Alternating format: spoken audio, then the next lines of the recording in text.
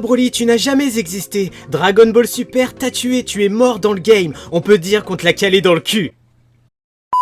Salut les amis, on se retrouve pour la review de l'épisode 101 de Dragon Ball Super, et honnêtement je sais pas pour vous, mais cet épisode m'a enjaillé comme Jaja, enfin tu connais les bails. L'épisode commence avec un focus avec Caulifla et Calais, et on voit très bien que sa transformation en Berserker la met totalement en PLS. Elle perd connaissance, elle est hyper fatiguée. Et on rajoute à ça le questionnement de Caulifla envers Calais, pourquoi elle se souvient de rien, aucun souvenir en mode Berserker, tout simplement parce que cette transformation n'est pas encore contrôlée. L'épisode se continue avec un focus entre Jiren et Goku, et tu sens que les deux ils ont envie de se mêler sec. Et là le chef des Power Rangers arrive, il met le topo direct et fait comprendre à Goku que c'est lui qui donne l'heure ici. Et franchement crois-moi que j'ai été déçu, je pensais vraiment que Jiren et Goku, il y avait un petit fight qui se préparait là tout de suite dans cet épisode. Et bien non, puisque Toppo envoie ses 5 Power Rangers favoris, enfin les plus faibles entre guillemets, puisque dans cet épisode j'ai senti les Pride Troopers vraiment comme de la merde. Honnêtement, j'étais déçu de leur pouvoir et de leur force. Et on va dire que Caulifla a fait une grosse impression par rapport aux Pride Troopers. Et on va dire que Toppo a un petit peu la défaite amère sa mère. Il a envoyé 5 Power Rangers pour niquer 2 meufs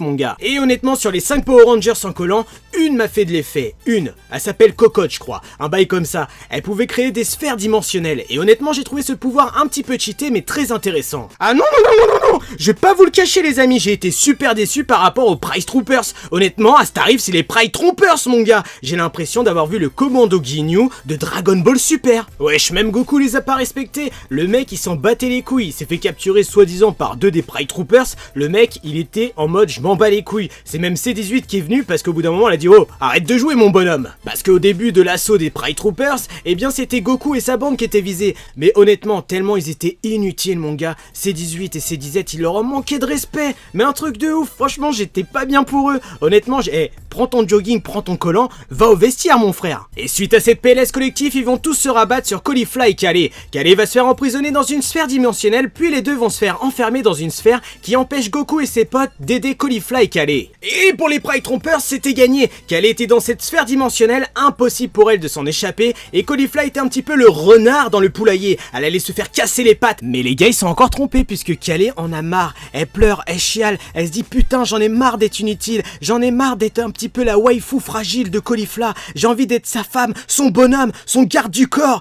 Et là putain mon gars, j'étais pas prêt. T'en penses quoi Broly? C'est une forme Super Saiyan avant sa forme Super Saiyan Berserker, un peu comme toi, ou c'est une forme contrôlée? Ouais t'es une figurine, tu parles pas, putain.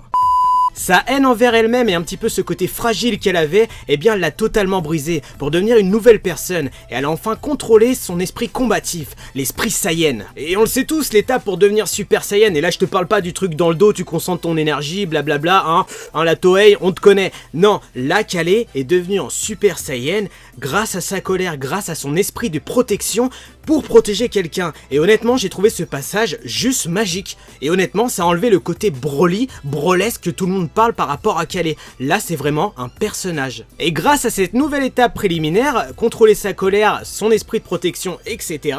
Eh bien elle a pu passer en stade Super Saiyan Berserker pour déployer plus de puissance en état contrôlé. Elle contrôle sa forme, et j'ai trouvé ça juste magique comme passage. Bon après je vais pas trop parler du Final Kamasutra Girl Power quoi, mais honnêtement c'était un gros copier-coller du Final Kamehameha de Goku et Vegeta. C'était hypant sur le moment, ils ont sorti 3 ennemis, ok.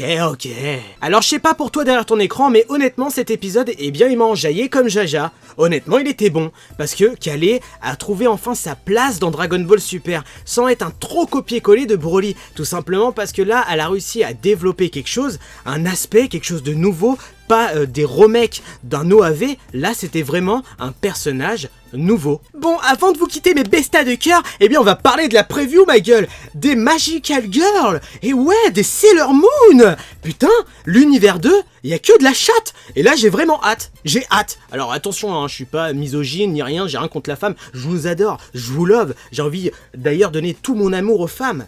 Et oui, parce que bon, la plupart pensent que je suis homosexuel, c'est pas vrai. Voilà les amis, la nouvelle review se termine, j'espère qu'elle vous aura détendu, qu'elle vous aura plu. Si c'est pas le cas, un petit doigt dans le cul, ça a jamais tué personne. N'oubliez pas de faire péter les likes, de commenter, de me dire votre avis un petit peu sur l'épisode, etc. Et de vous abonner à la chaîne. Sur ce, moi je vous laisse, tchuss!